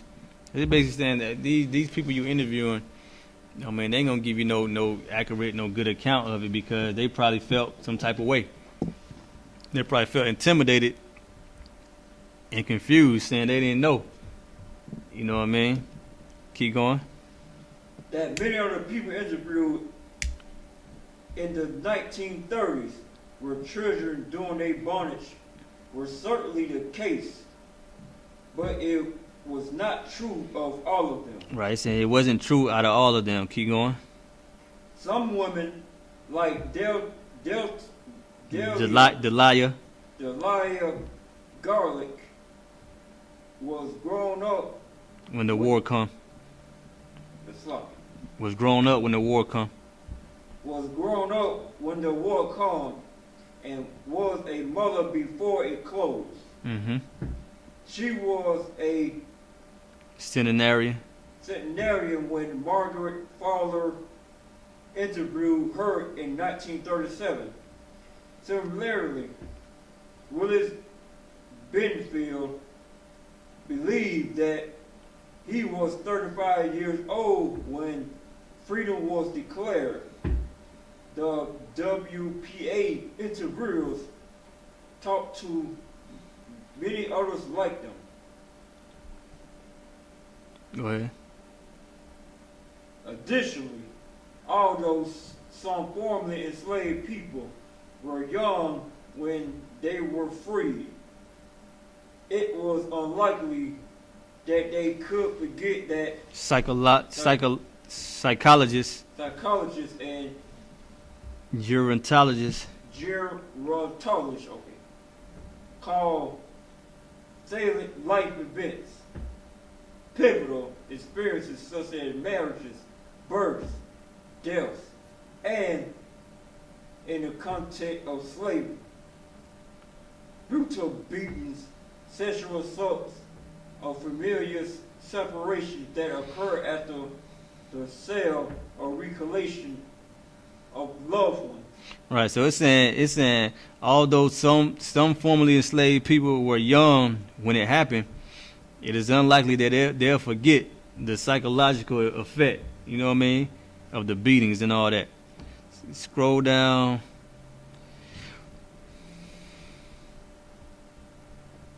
Go to where you see they were her property. And then scroll down to where I told you, like the 19th one.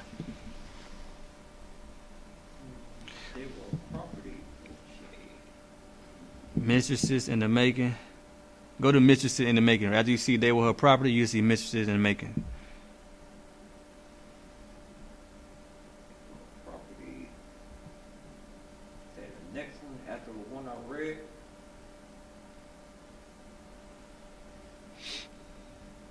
When you see they was her property, do you see that yet? Scroll down the next one after the one just read. Do you see, are you at they were her property? It's the title, they were her property. Oh, I gotta keep scrolling down. Yeah, keep scrolling. You're going to see they were her property. Okay, And then you're going to see mistresses in the making. That's chapter 1. okay. Okay. Come on. And then you're going to, hold on real quick. Okay, yeah, start at chapter 1. Okay, mistresses in the making. So that introduction was basically telling you how the white women played a role in slavery. You know what I mean? The economics of enslaved people. And they gave you the backdrop of them doing interviews, you know what I mean, getting information out of the slaves, former slaves. You know what I mean, asking them questions.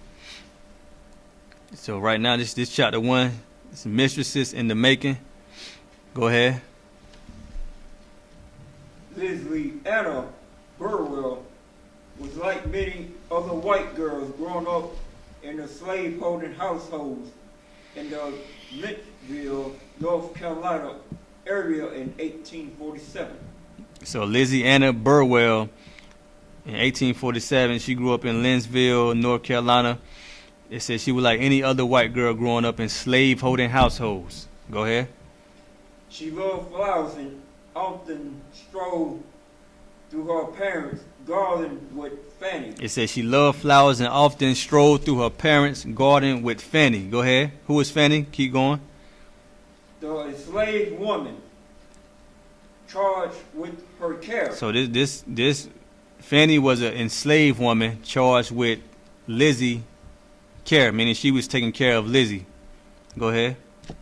After spending so much time with Fanny, Yahanna developed an intense bond with her. Mm-hmm. But one day, Yahanna became vexed with Fanny. Mm-hmm.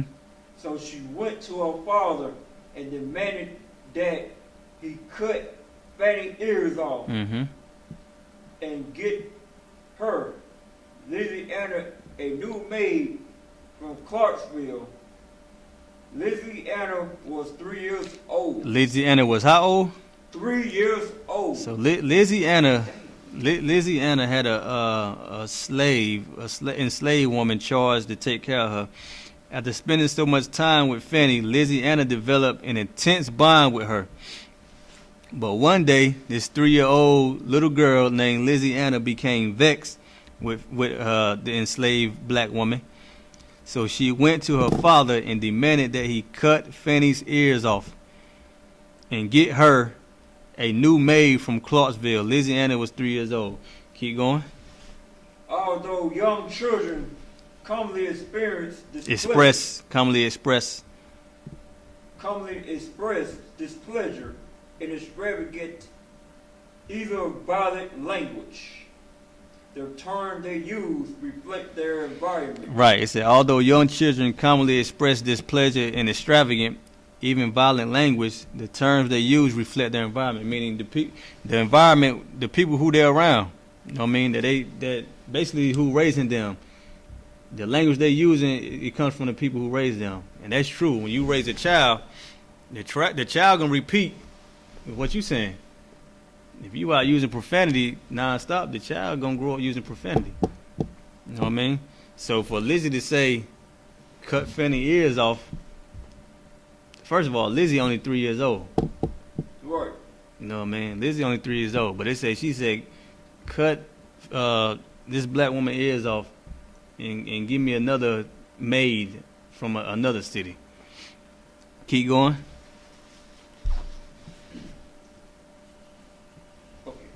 After environment, say in Yahanna's complaint. Okay. This as complaint tells us something crucial about hers Mm-hmm. during her walks throughout the garden, and perhaps while observing her parents interact with the enslaved people around them. Mm-hmm. Lizzie Allen was learning how to be a slave owner. Lizzie Ann was learning how to be a what? Be a slave owner. Lizzie Ann was learning. This little white 3-year-old. These white parents were teaching this little white girl how to be a slave owner, man. You know what I mean? You gotta understand when you think about the white children during the time when they had us in slavery. I mean, even now, I know it ain't like beating us like chattel slavery, but at the same time, it ain't no different now. They learn how to be slave owners, man. You look at when a white woman marry a black man, what does she get when they break up? Look at Dr. Dre. Dr. Dre about to lose a lot of millions, man. Look at Tiger Woods. Tiger Woods lost so much money. How many hundreds of millions he lost? And that white woman ate him up, man. Because he's sleeping with a slave owner. He don't even understand. Black people don't understand, man. These are your enemies, man. Like the Lord said in Deuteronomy 28:68. He put you under your enemies. You laying down sleeping with a white woman. Don't think that you got something precious and virtuous. Right. The white woman is not virtuous, man. The Lord was talking about a sister, man. That sister who got her ears cut off by this 3-year-old because this 3-year-old didn't like it. That was a sister, man. You know what I mean? The type of sister you supposed to be with.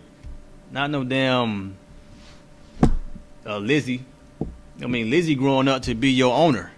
Right. Now, you laying down sleeping with Lizzie and Emily and them. You don't understand. They there to take your money, man, to destroy you. And it's a sin to lay down with heathen women. You know what I mean? It's a sin to lay down with white women. You know what I mean? This is the role that the white women's play. Hell, this is a white daughter, a white child. Right. The child growing up learning how to be a slave owner. You know what I mean? So you look at the white girls who learn how to shoot guns at a young age. Imagine them just learning how to dictate your life for centuries. Their parents teaching them that. Keep going. She was coming to understand the obscene logic that made it perfectly understandable to enjoy. No. Made it perfectly acceptable. To make it perfectly acceptable to enjoy the company of her slave caretaker in one moment of therein to mutilate her or buy another slave to take her place in the next. Right, so it said Lizzie was understanding the obscene logic that made it perfectly acceptable to enjoy the company of her enslaved caretaker in one moment and threaten to mutilate her or buy another slave to take her place the next. You know what I mean? So she grew up, like she understood how to have good company from her Fanny taking care of her in one moment, then the next moment she get vexed and just want to mutilate the woman and get another maid. That's how white children grew up. You know what I mean? Keep going. In the comfort of her home, she was recognizing that she possessed the power to command others to do as she wished. Right, so they say she recognized that she possessed the power. 3-year-old possessed the power to command others to do as she wished. Go ahead. And her father did little to discourage her from that belief. Right, and her father did nothing to discourage her from that belief, meaning the father, you know what I mean, the father and the mother, they laid down the instruction. They was teaching her, you know what I mean, she was becoming a slave owner. One day she going to be owning slaves. You know what I mean? So the father, he didn't think much of it. He like, good daughter. You know what I mean? Go ahead. In fact,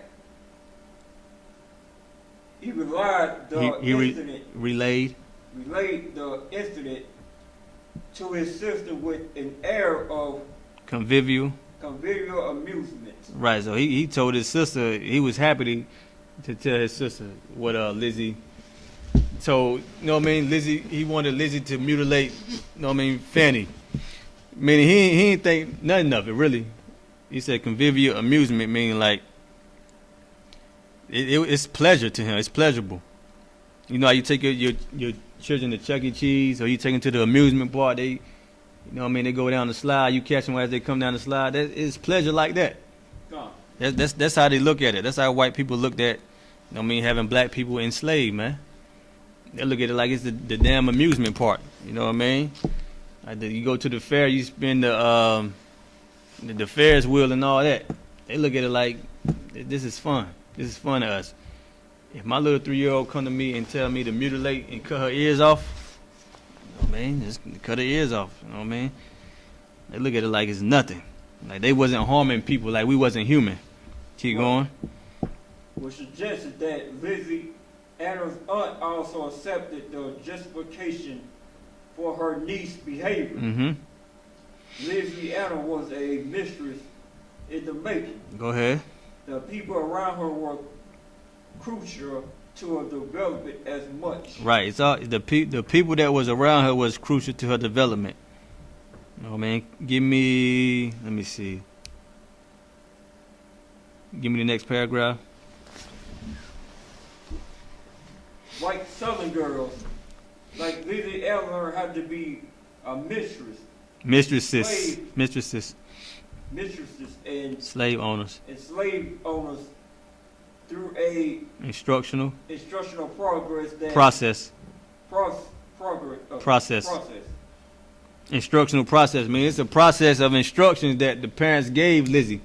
You know what I mean? Them instructions, the process of instruction they went through was they say train up a child in the way they should go.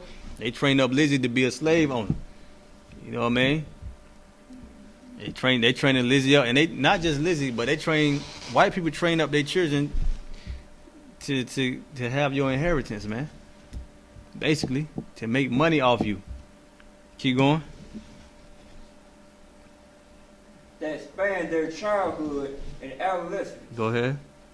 Over the course of these formative years, white girls practiced techniques of slave discipline and management. It said white girls practiced techniques of slave discipline and management, made mistakes and learned from them, modified their behavior to meet various conditions, and ultimately decided what kind of slave owners they wanted to become.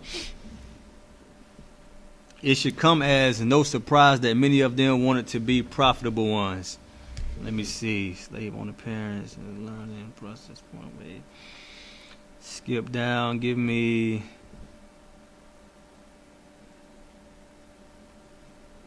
Hold on.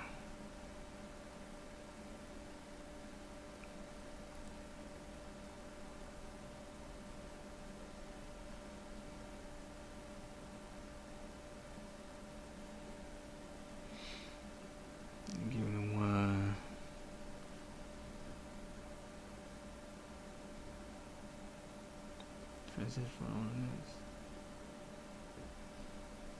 Skip down to enslaved people often knew that they would be given to their owners.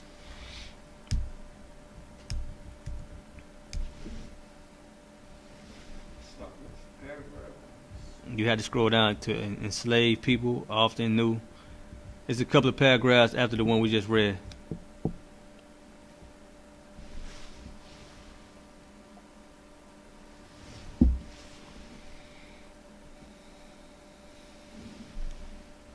What it starts saying, slave. Mm-hmm. Enslaved people often knew.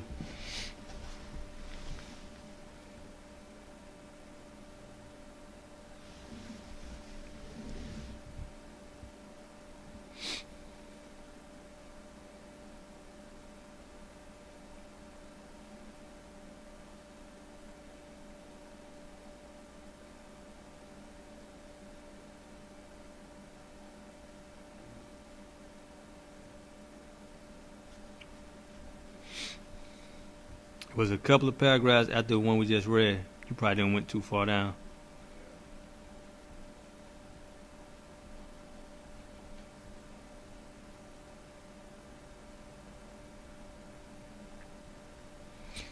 Let me see where you at.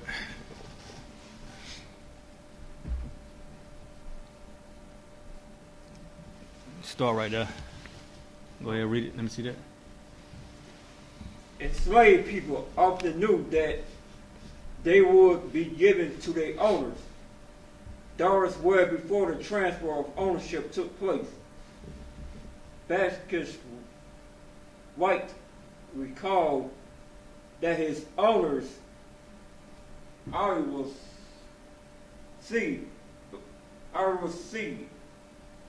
that he was to belong to Miss Captain.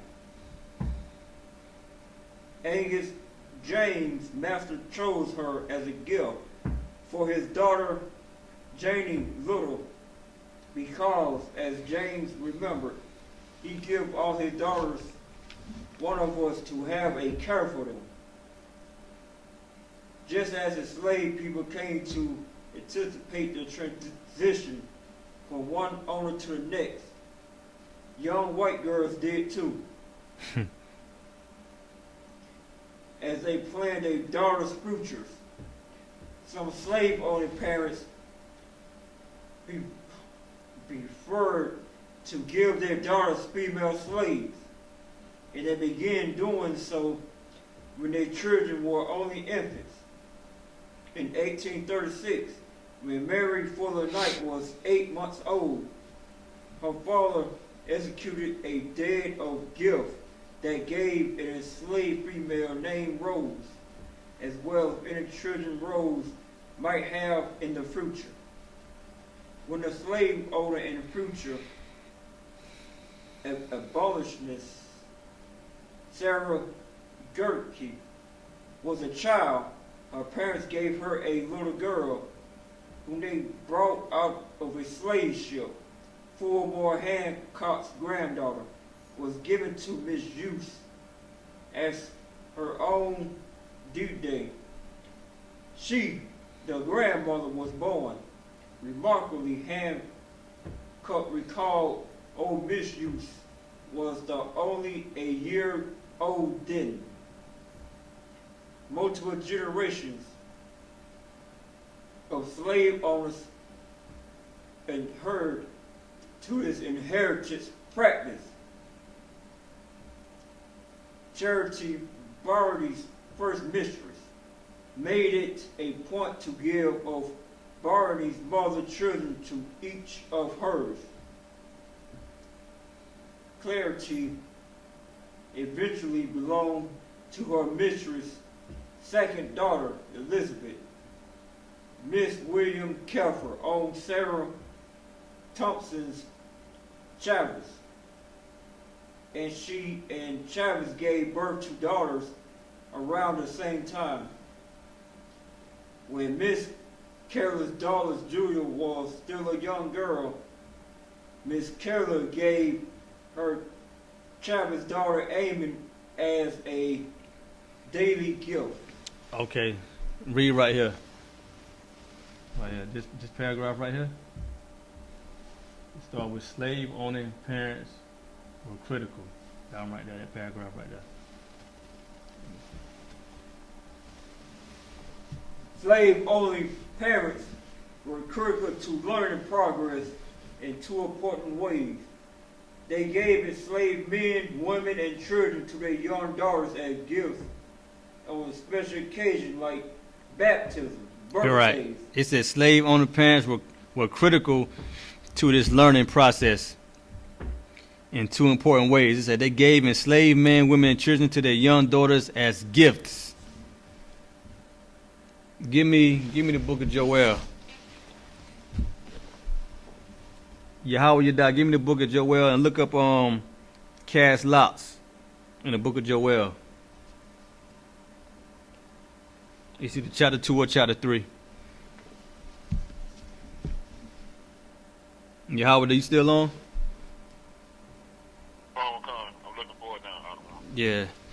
It said slave owning parents were critical to this learning process in two important ways. It said they gave enslaved men, women, and children to their young daughters as gifts on special occasions like baptisms, birthdays, especially 21st birthdays. So when they children turn 21, you know what the white parents told their children? I got a nigga slave waiting for you.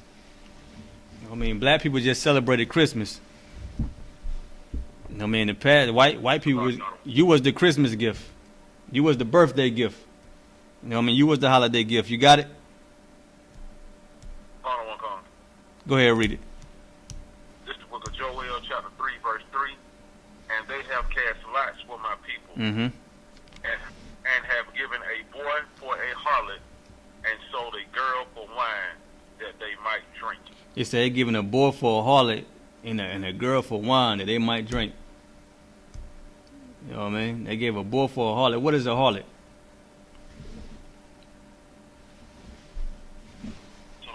Go ahead. A whore. A whore, man. They gave a boy for a whore. This is an exchange. They trading the boy. They selling this boy for a whore, and they selling the girl for what? Wine. You know what I mean? So they can be drunk, like the New Year's Eve. You know what I mean? They selling the boy and the girl for a harlot and wine for their pleasure. It said they gave their young daughters as gifts on special occasions like baptism, birthdays, especially 21st birthdays, holidays, and marriage, man. Or for no reason at all. And they give a Negro, they give their white child, a nigga for no reason at all. Like, listen, this is your inheritance. You know what I mean? And people want to guess, is we really Israelites in the Bible? Man, who else is going through this nonsense, man? Who else is going through the condition that black, Hispanic, Native American people done went through? The Bible lines exactly up with our life and what we live. You give it to them as gifts, man. You the Christmas present on December 25th. It said they also bequeath enslaved people to their daughters in their wills. Bequeath mean they pass down. They pass down enslaved people to their daughters in their wills, man. You want to know how white women was making money? Negro, you was the money. It says, and when human property was transferred to them, these young women came to value the crucial ties between slave ownership and autonomous, stable financial futures. So they knew. So that's why they ain't come up against the emancipation, man. That's why they wouldn't protest against emancipation, because slavery is their inheritance. You know what I mean? When their parents came and gave them our ancestor as the slave, as a gift, that's their money maker. And it said they put the slave over the land and everything else. You know how you inherit land? They inherit niggas. Right. You know what I mean? They cherish the niggas more than the land, and it proves that in this article, in this book. Let me see. Parents also offer their daughters vicarious lessons in how to own and control enslaved people through their own words and deeds. As young girls watch their parents manage the enslaved people around them, they observe different models of slave mastery. So they watching their parents, and they develop their own models of, you know what I mean, how to be masters over their slaves. And through a process of trial and error, develop their own styles. So, you know what I mean, they develop their own styles of how to deal with the slaves. White Southern girls grew up alongside the slaves their parents gave them. They cultivated relationships of control and sometimes love. The promise of the slave ownership became an important element of their identities, something that would shape their relationship with their husbands and communities once they reach adulthood. You know what I mean? So we're gonna end it right there. I'm gonna bring out more. You know what I mean? And the next time I teach, I'm gonna bring out more. We're gonna be dealing more with this book. But this is called "They Were Her Property." You know what I mean? So if you want to get that book, you can get it. But it's telling you a lot about how these white women own slaves and how they How they brutalized the slaves and what they did to the slaves, man. How they made money off slavery. Why everybody thinking that white women just so innocent and they so, they ain't have nothing to do with slavery. They had a lot to do with slavery, man. Not only with slavery, in the Bible, if you think about Edomite women, hell, King Solomon, he got, the kingdom was split because he was sleeping with heathen women. One of the heathen tribes of women he was sleeping with, it said Edomites. You know what I mean? So when you think about black men sleeping with white women, that's a sin. Any heathen woman. But we're gonna get more into this, in the next history class. Lord willing. What time we at? And with that, I'm gonna pass the class over to Officer 50, Napash Kaya.